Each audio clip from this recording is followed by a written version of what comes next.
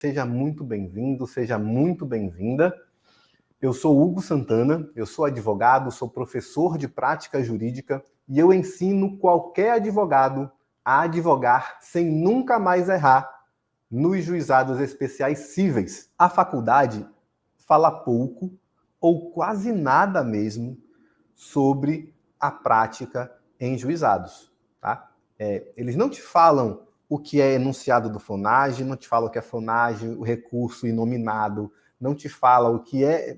nem te falam da Lei 9.099, que é a lei basicona, que você que atua em juizado tem que saber de trás para frente, né? Não te falam nada, né? E não foi diferente com seus colegas mais antigos. Esse colega que você pede referência, pede informação às vezes, pede orientação, às vezes ele também não está pronto para advogar no juizado.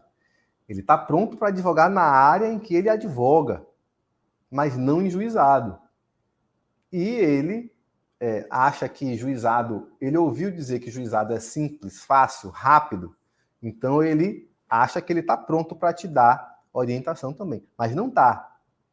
Né? Então, na prática, você vai ouvir muita gente falar, não gosto de juizado, não advogo em juizado, porque o juiz do juizado julga do jeito que quer, faz do jeito que quer, etc. Não é isso, não. É porque o advogado que está acostumado, que já tem experiência em outra área, quando ele vem para o juizado, ele estranha. Ele estranha porque ele está acostumado à aplicação do CPC tranquilamente, sendo que no juizado você não pode buscar a aplicação do CPC assim, de qualquer forma. Né? Tem regras do CPC que não são aplicáveis no juizado, de forma nenhuma. Tá? E isso, quem tem costume, quem tem habitualidade no juizado, já sabe.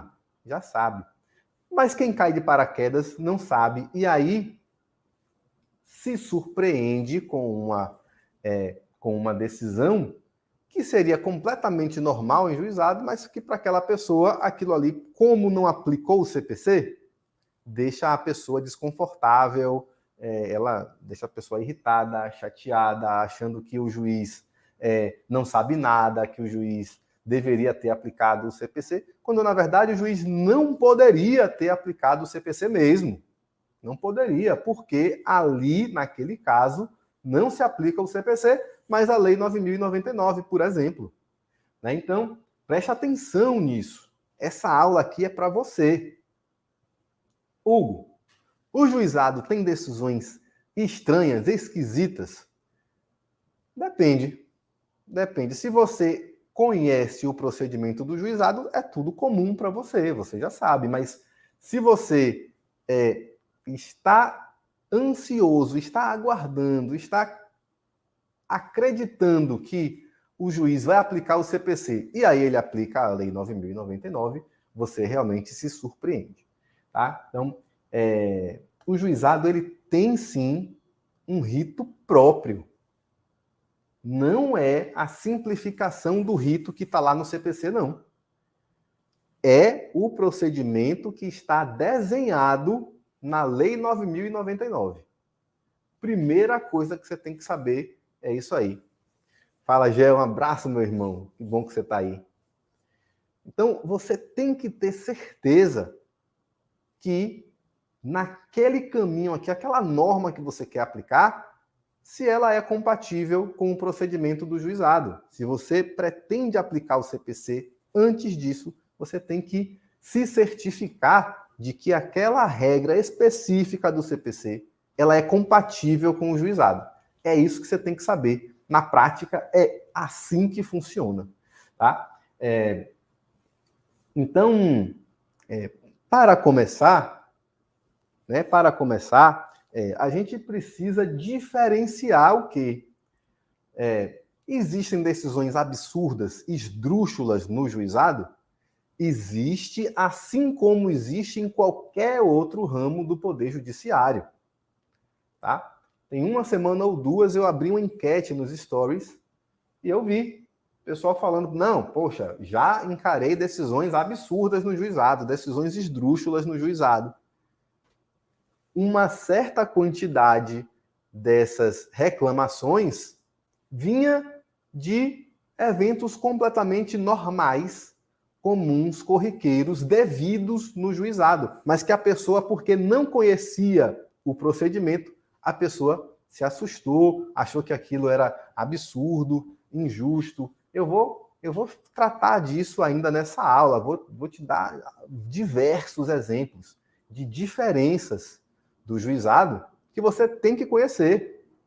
Você não pode lá na frente alegar desconhecimento, alegar surpresa, porque, meu Deus, como é que no juizado isso é diferente? Qualquer pessoa que milita em juizado, qualquer pessoa que está ali no dia a dia do juizado conhece essas diferenças, tá? E você está aqui lutando para conhecer essas diferenças. Seja bem-vindo, esse é o seu lugar mesmo. Você vai sair daqui conhecendo essas diferenças, tá?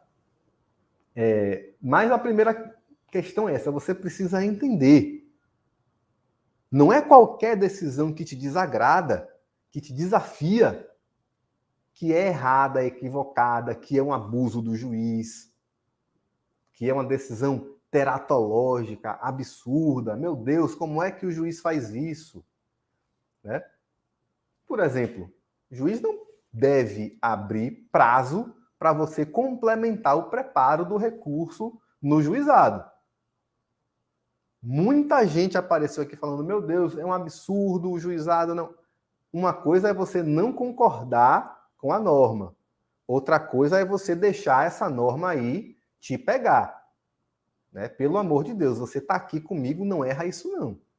Não espere que o juiz te dê prazo para complementar o preparo no juizado, porque isso não vai acontecer.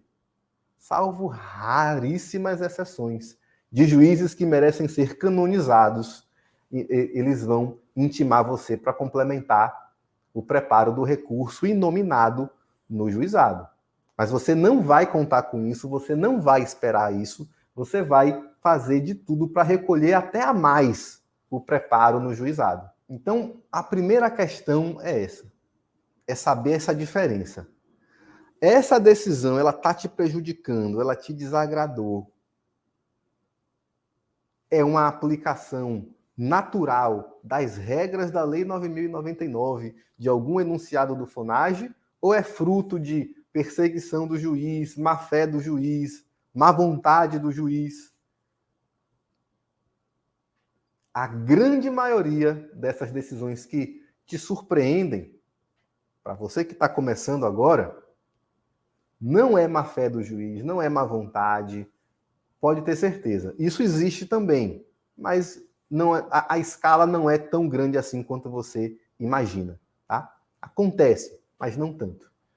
Na maioria das vezes é o desconhecimento do procedimento do juizado mesmo. Por quê? Porque como é que eu posso afirmar isso?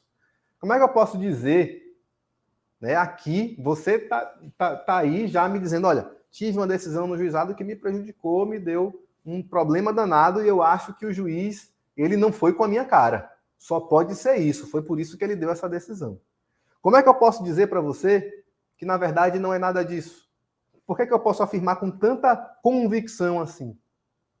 Porque, meus amigos, nos 10 anos que eu fiquei no gabinete de juiz, na turma recursal, redigindo decisões lá, atendendo advogado todo dia, redigindo voto todo dia, redigindo as decisões lá dos processos de cabo a rabo.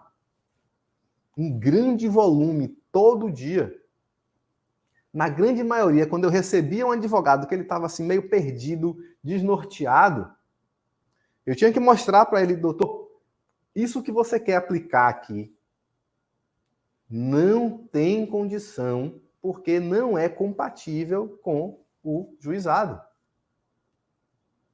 Não tem condição. O advogado estava lá buscando a aplicação de uma norma no CPC, mas que não podia. Né? É por isso que eu posso dizer para você com tanto conhecimento, com tanta convicção, não faz sentido. Tá? A grande maioria das vezes, a decisão que você acha que é má vontade, que é perseguição, que é uma decisão que você nunca viu antes, é só porque ninguém te preparou para você atuar realmente com segurança no juizado, para você atuar sabendo exatamente o que fazer no juizado, tá? Inclusive sabendo o que fazer caso de fato apareça uma decisão esdrúxula, uma decisão que seja fruto realmente de má fé, má vontade, perseguição, quem sabe, do juiz, tá? Quando você domina a prática em juizados, você sabe até o que fazer nessas situações, sabe identificar de fato quando isso acontece e sabe também e sobre isso você vai ver que é esse o caminho seu. Uma vez que você entende que o juizado tem sim suas peculiaridades, aí você fica mais tranquilo para entender que não é que o juizado seja um poço de decisões esdrúxulas, não. Né? Isso aí até existe, mas não é exclusividade do juizado. Né? Existe na mesma proporção em todos os ramos do Poder Judiciário. Né? O juiz que não foi com a cara de um advogado ou de uma das partes, isso pode acontecer, não é comum assim como você pode imaginar, mas pode acontecer. Né? Mas isso em qualquer ramo do judiciário. Mas o que importa mesmo é que você entenda as diferenças. E aí, para você entender as diferenças e deixar de acreditar nesse mito de que o juizado tem decisões esquisitas, você precisa entender o procedimento. Né? E para entender o procedimento, primeiro passo, a gente já falou sobre isso na primeira aula, é conhecer a lei própria dos juizados. Não apresentaram para você na faculdade ela. Tá? Se alguém aqui leu a lei 9.099 do início ao fim na faculdade, fala eu aí. Fala eu aí no YouTube, no Instagram, no Facebook. Fala aí que eu quero te dar os parabéns, porque você é uma pessoa que já saiu na frente de muita gente. Tá? Porque a regra é a faculdade não te falar nada sobre a lei dos juizados. Tá? E na prática, menos ainda. Tá? Não te falam a lei, nem te dizem nada sobre a prática. Então, primeiro passo é esse. Conheça a Lei 9.099. Esse é o seu primeiro passo. Você não pode ignorar esse passo, porque esse é o básico, viu? Esse é o básico. Não ache que depois que você lê a Lei 9.099, você está pronto para advogar sem errar no juizado, que não está. Mas você pelo menos deu o primeiro passo e você tem a base, que poucas pessoas têm. Pouquíssimas pessoas. Tá? Então não ignore isso não. E aí, uma vez que você entende as diferenças básicas do juizado, que eu tento ajudar você aqui na medida do possível, eu vou publicando eventualmente alguns trechos da lei, alguns enunciados do FONAGE, eu vou trazendo aqui para todo mundo, né? Justamente para ajudar você a interiorizar essas regras. Ah, mas para ajudar você, eu quero citar algumas diferenças super importantes do juizado e que vão te ajudar muito, tá? Não. Então, assim, o que é que você faz no juizado? O que é que você faz no juizado se você tenta citar a parte por carta, no endereço que você indicou lá, e não consegue? Né? Volta lá, desconhecido, enfim, mas você sabe que a parte mora ali, ou exerce suas atividades ali.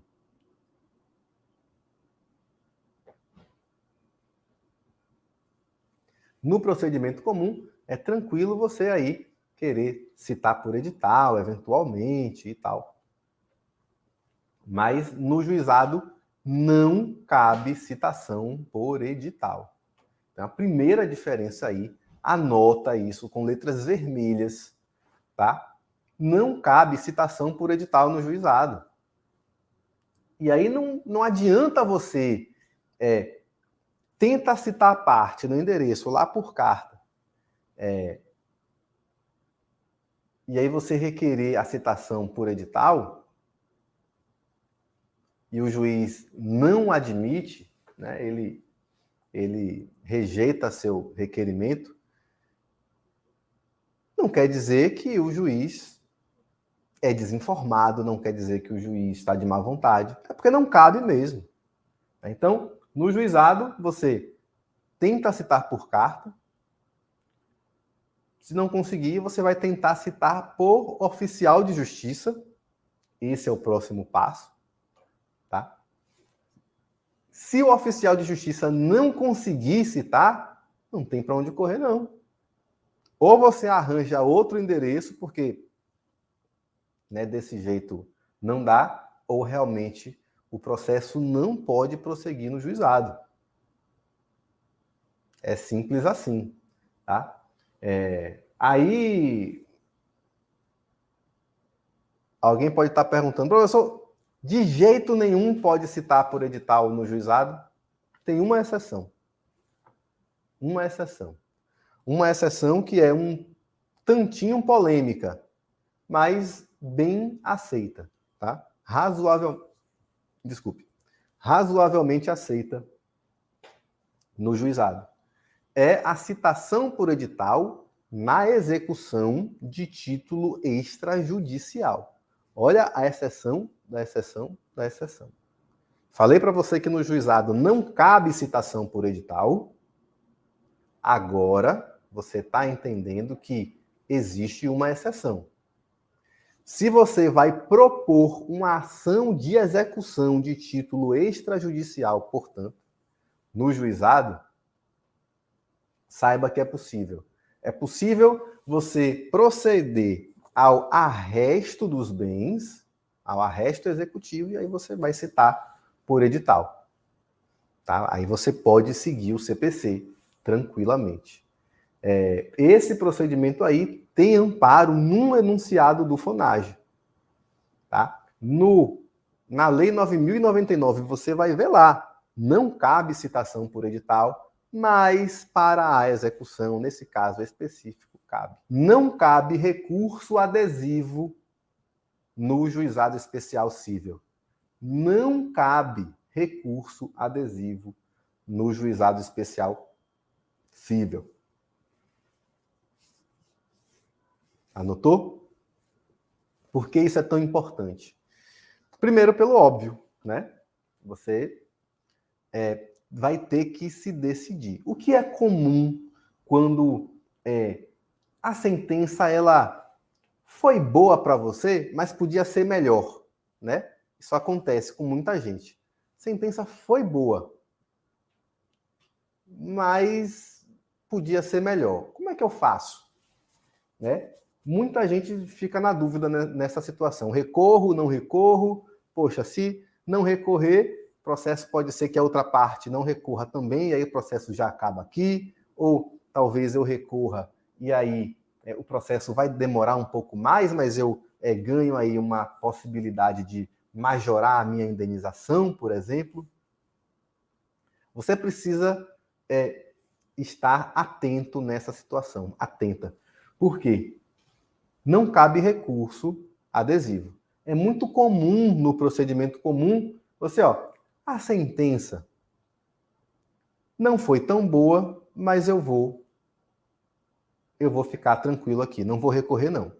Se a outra parte recorrer, eu uso o meu recurso adesivo e tá tudo bem.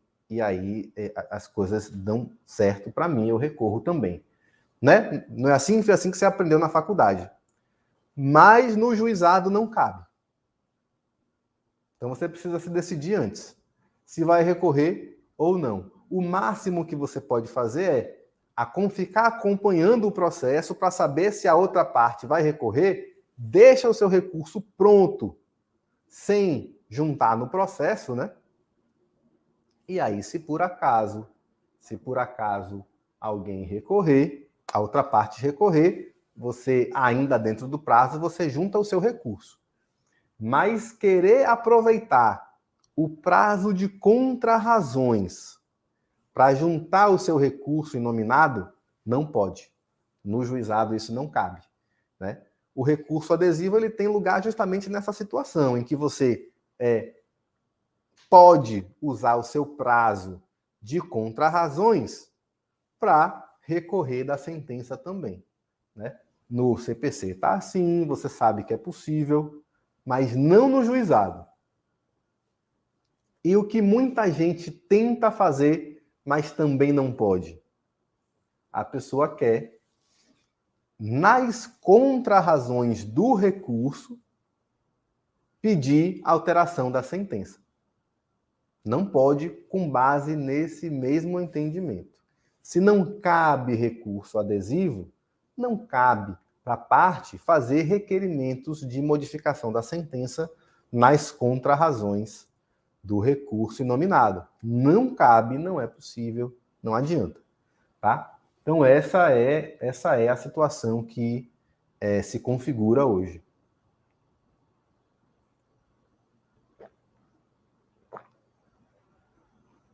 Outra diferença, eu já falei aqui mais cedo, complementação do preparo do recurso inominado.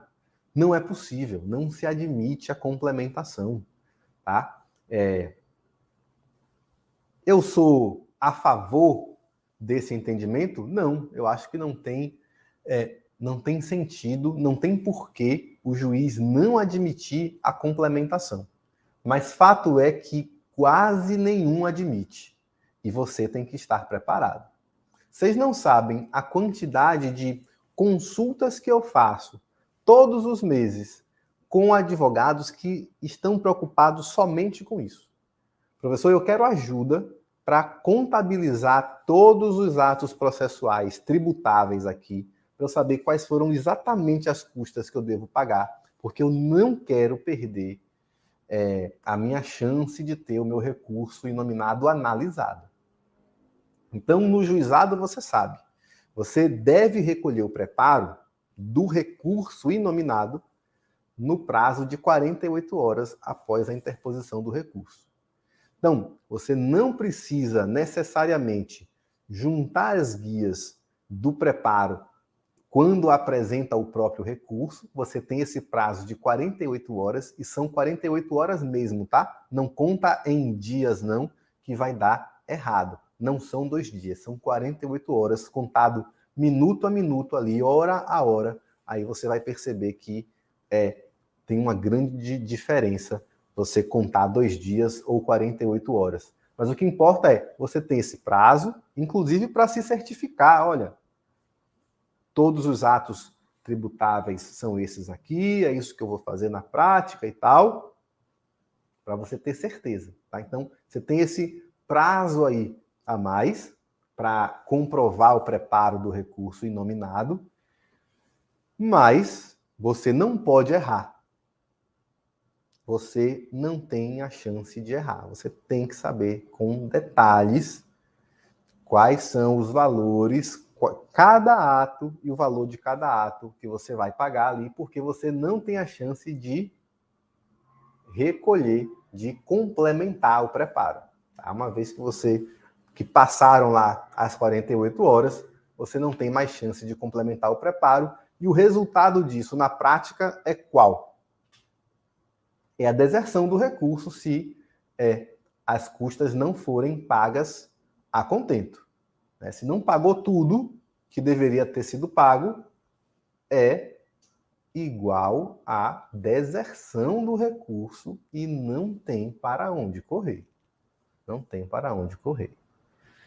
Tá? Então, fica muito atento a isso, tá? É um entendimento firme de que não cabe a complementação do preparo no juizado, já passou isso muitas vezes, e não tem para onde correr. Não concordo com esse posicionamento, mas é o que existe na prática, então você, sabendo disso, você não vai errar, você vai cuidar, você vai dominar a tabela de custas do juizado, do Tribunal de Justiça do seu estado e não vai errar. Tá, tá aí Luíse, queridíssima aluna, que está falando, aluna do Prática Vencedora não erra. Isso aí não pode errar. Né? Isso aí de jeito nenhum. Luíse, a gente precisa marcar nossa live. Vamos marcar nossa live. Essa semana ou na próxima, eu acho que vai ser bom. Amigos, que outra diferença tem? Olha, tem infinitas diferenças entre o juizado, o procedimento comum, né, aquilo que falaram para você na faculdade e o que de fato acontece no juizado na prática. Tem muitas diferenças. Mas outra diferença interessante que eu quero trazer para você aqui é a exigência da presença física da parte na audiência. Por que isso é tão importante? Porque isso pode... o advogado que não está ciente dessa obrigação pode provocar a revelia do cliente dele sem perceber. Imagina, eu não quero nem imaginar. Não quero nem imaginar. Né? Mas como é que explica, como é que o advogado explica para o cliente que na prática o advogado foi causador da sua revelia na ação? Isso é pesado, né? Isso é pesado. Eu, recentemente, né, Luíse sabe, era até uma pessoa que a gente conhece. Como parte no processo, ele tinha uma ação tramitando contra ele no Rio, e a ação, e ele mora na região norte. E aí o advogado disse para ele, olha, não se preocupa não, me passa uma procuração, você está muito longe, eu represento você na audiência, não tem problema nenhum. E aí qual foi o resultado? Revelia. Por quê? Por que revelia? Se o cara mandou o advogado lá, ele morava muito longe, ele mandou o advogado para representar ele na audiência. Como é que o juiz tem coragem de reconhecer a revelia da parte nesse processo? É um absurdo, não pode. Olha, era o esperado. Era o esperado, tá? No juizado, vigora com muita força o princípio da conciliação. Então, o que se quer é que as partes estejam presentes no processo, as partes autora e réu no processo, para que lá você tente a autocomposição. Resultado é que, na prática, não é exatamente isso que acontece. A gente sabe, né? Às vezes, na maioria das vezes, a audiência de conciliação, ela não tem conciliação, né? A gente sabe. Mas a intenção do legislador era essa. De modo que, até hoje, valorizam muito a presença física da parte na audiência. Você não vai ver muitos juízes admitindo que que a parte não compareça na audiência, não. E tem consequências graves, né? Se a parte não está presente, se a parte ré não está presente na audiência, é revelia. Pode mandar um advogado lá com poderes especiais, com poderes para transigir. Não tem jeito. Não tem jeito. Tá? O que importa é a presença física da parte lá. Então, você, advogado, você nunca vai cometer esse equívoco, por favor. A parte tem que estar com você. Não adianta passar uma procuração para você, não. Tá? A parte tem que estar lá. Se não, revelia. Revelia. Independentemente da apresentação da contestação, independentemente da presença do advogado com poderes para transigir, tá? Nada disso vai influenciar, nada disso vai livrar você da revelia. Esteja você, advogado, e o seu cliente lá na audiência, se não a revelia, se você estiver pelo réu, tá? Se estiver pelo autor, apareceu o advogado, mas a parte não foi, o processo é extinto. É extinto e a parte ainda é condenada a pagar as custas do processo. Então, não perca a ação por conta de um erro bobo como esse. Tá? Então, meus amigos, temos diversas diferenças entre o procedimento do juizado e o procedimento comum, que está lá no CPC, e você estudou pra caramba na faculdade, estudou pra caramba para fazer a sua prova da OAB, mas o que importa é que você entenda hoje que essas diferenças existem. Tá? Eu te trouxe aqui 4 exemplos bem claros, né? A citação por edital, a impossibilidade de complementação do preparo, a exigência da presença física da parte na audiência e a impossibilidade, né, a inadmissibilidade do recurso adesivo no juizado. No juizado, a gente tem pelo menos 3 situações, né? A gente tem audiência por videoconferência, os processos que terão as audiências por videoconferência. A gente tem os processos que serão com audiência presencial. Então, só isso aí já altera muito a situação. Por quê? O prazo principal, né, o prazo que mais aparece no juizado para você contestar é o prazo até a audiência de instrução. Até a audiência una, na fase de instrução, é o momento de você contestar, ou até a audiência de instrução, se você estiver num juizado que tem o costume de repartir as audiências, tá? É basicamente isso aí. Esse é o prazo que mais se difundiu, tá? Lá no enunciado 10 do FONAGE. Então não tem grande dificuldade aí, tá?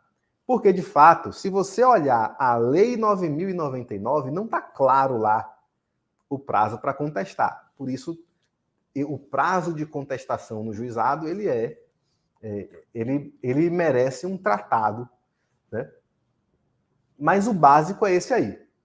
Mas é só esse o prazo que costuma aparecer? Não. Costuma aparecer assim para você. Sabe por quê? Nesses processos em que os juízes estão dispensando a audiência. Por conta de isolamento social, tudo mais, muitos tribunais, muitos juizados estão afastando a audiência de conciliação. Já vai direto para julgar. Nesses que vai direto para julgar, é muito comum que o juiz fixe o prazo de 15 dias para contestar. Tá? Você recebe a citação, tem lá prazo de 15 dias para contestar.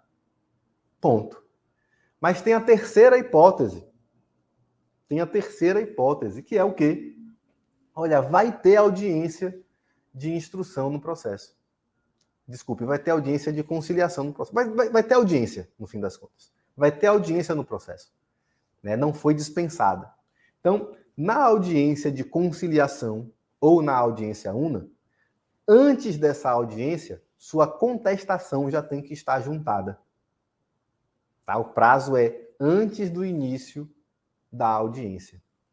Por quê? Porque depois que começa a audiência por videoconferência, ninguém quer ficar esperando o advogado juntar lá a contestação. Né? É importante que a contestação já esteja no processo quando a audiência começa. Então é prazo razoável, até porque é comum que na audiência por videoconferência, a audiência que seria aquela audiência só de conciliação, ela termina sendo basicamente uma audiência una, só que sem ouvir partes, sem ouvir testemunho e tal, as partes dispensam o depoimento umas das outras, não há testemunhas para ouvir, e aí a audiência de conciliação termina virando meio que uma audiência una. E ali a única coisa que acontece é que a parte já se vê, a parte autora já se vê ali convidada a se manifestar quanto à contestação. Então, para que essa dinâmica, né, não seja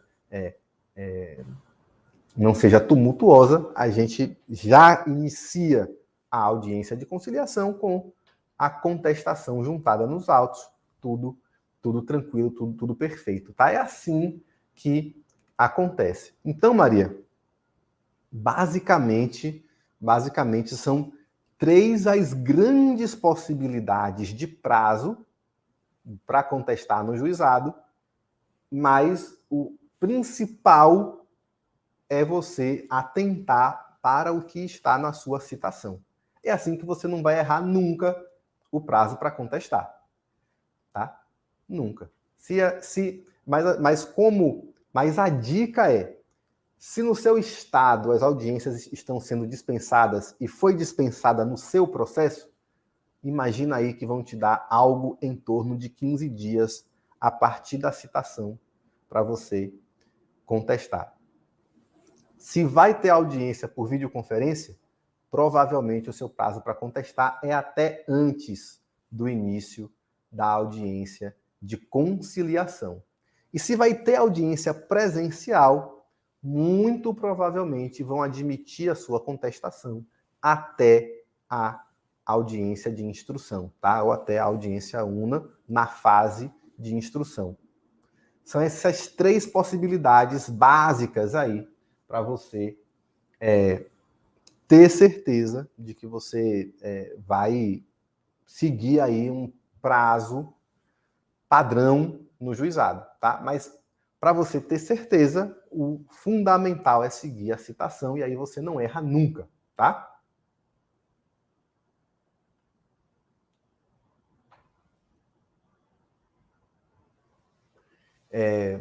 Maria, isso, Maria fala, tem uma decisão do FONAGE, não é decisão do FONAGE, Maria, porque o FONAGE, ele inclusive, ele não é um órgão que decide, ele não tem função jurisdicional, tá? O órgão é uma entidade, tá? Criada pelos juízes que atuam nos juizados. Então, eles têm enunciados que servem de quê?